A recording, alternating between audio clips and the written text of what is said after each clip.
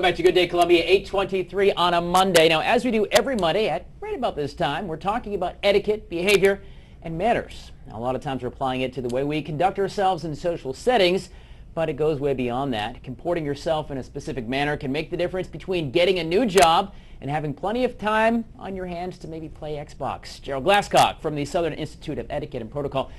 Answer me this. How important is actual articulation rather than maybe you going, yo, what up?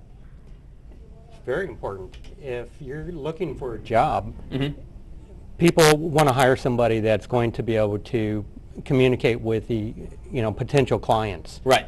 If you're trying to sell something, perfect example. You can't just say, oh, well, you know how this might work. You have to explain and be able to articulate, and that's what people are looking for. It's not like it used to be, though, when you would walk into an interview and, they would just ask you, oh, well, what was your last job like? What'd you like about it? What would you like this job to be? Right. Now they're trying to find out your personality traits to find out whether or not you're going to be a good fit. So it's going a lot deeper than just tell us about your job, give us your references then. Right. And unlike me, most people can't analyze handwriting, and so it can't pick up, they can't just look at your handwriting and say, oh, well, yeah, these are the personality traits we're looking for. What can they pick up on, though? What can the average layman that maybe you need to look out for if you're on the business side of the desk, as it were? Either way, they're going to ask questions that are going to depict your personality traits. Like what? Tyler, give me an example of when you got a new client out networking.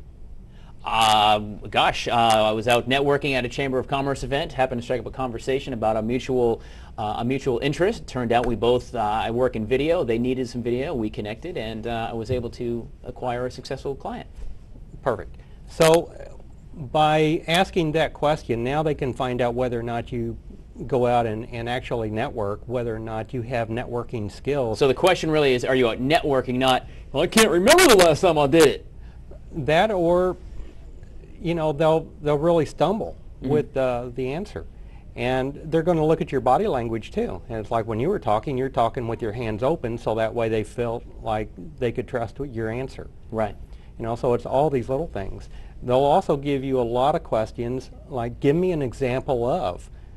Those are tough because there's so many things that happens in someone's life. I even struggle with those. I mean, everyone does. And is there room in that? I mean, if you stumble a little bit and you have to think, is that okay in an interview to take a pause?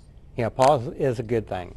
And they want to make sure that you answer the question the way that they're forming it. You have to answer their question. And if you're not real sure, because a lot of people are, like you said, they kind of stumble on those questions. Sure. They're not sure whether or not they answered the question. And so you always have to ask, did that answer your question?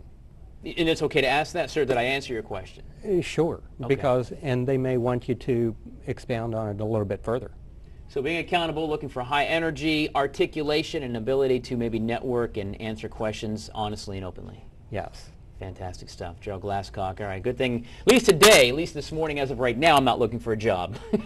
Come 9 o'clock, we'll talk again.